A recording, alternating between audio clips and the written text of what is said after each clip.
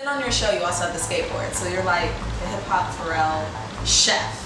Okay, I don't even skate that much. I don't skate. I know how to skate. Okay. So you know the producers, you know I just had my skateboard one day. I came to a production meeting. They're like, you know how to skate? I'm like, yeah. It's like, okay, we're gonna shoot you skating. I'm like, cool. So one day I had to go to the grocery store. I would have had my skateboard anyway, and they had the camera, so I skated up. And then now I'm a skater. I'm not a skate. I mean, I know how to skateboard, but I can't do tricks. Like I'm not jumping off of ramps or doing nothing like that. I'm 6'3". My center of gravity is right here. I will fall down and hurt myself. I need my hands. I actually had a really bad skating injury, and since then, like, I skate, but I don't try to do anything risky. Okay. Can you give me a taste of why they call you the hip hop chef, though? Because some blogger saw there was a young black guy cooking that, you know, wears streetwear or whatever. They're like, ooh, he's the hip hop chef. I'm not the hip hop chef. I'm not breakdancing.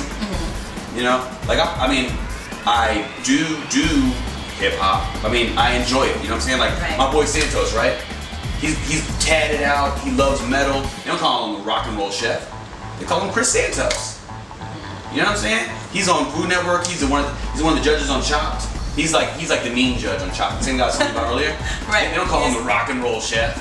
He's just a guy that cooks and he has tattoos. I'm just a guy that enjoys hip hop music, that cooks, and I might wear a t-shirt like this. That doesn't make me a, you know, the hip hop chef. I just don't want to be locked into anything like that. You know what I'm saying? Okay. My name is Roble and I cook. That's it. Okay. I understand Roble. Now, you did mention that you do have a connection with the urban community.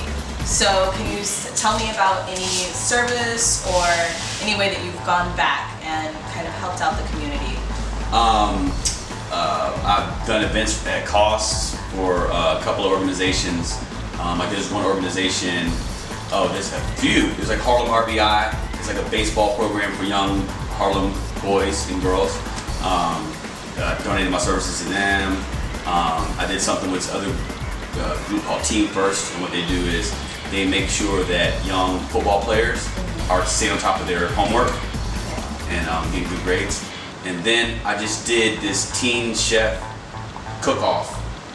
I was a judge in Harlem at the Schomburg, and Marcus Samuelson was one of the judges too. He came up, and Governor Patterson came. Wow. He was one of the judges too, and his wife was. She's actually the one that contacted me. I'm like, the first lady of New York State is emailing me, like, whatever you need me to do, I'm gonna do it. So we did that, and it was really cool. After we finished the whole thing, I go outside, and the governor's outside standing on the corner, like by himself, dolo, no security, no nothing, on like Lennox and 135th. Like, what is he doing out here, man? And you know, he's visually impaired, and he's like standing there, his car zooming by. I'm like, you good? He's like, yeah, I'm good. He's like, just walk with me.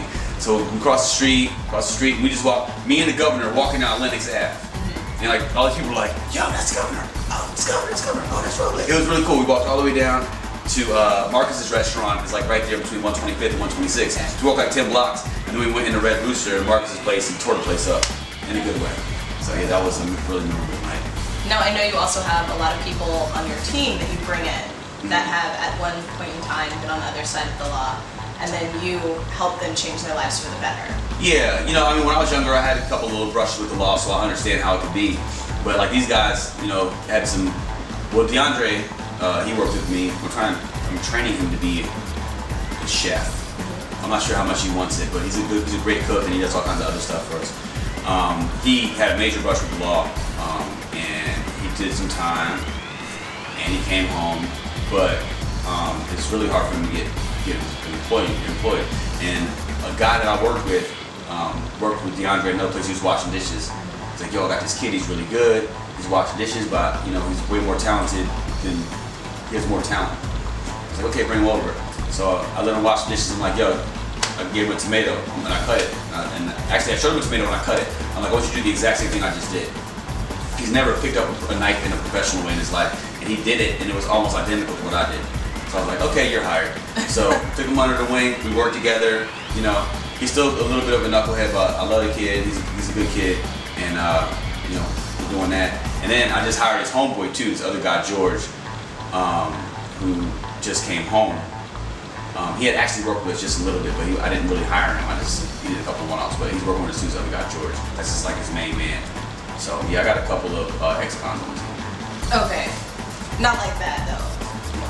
But they're ex-cons. They were convicted. They're ex-cons. I mean, they're not like, they're not bad guys or anything. Like they're not hurting anybody. They never like, no violent crimes or anything. Like no drugs or whatever. Sometimes, you get in a position and that's the only opportunity you see. So I can understand how that.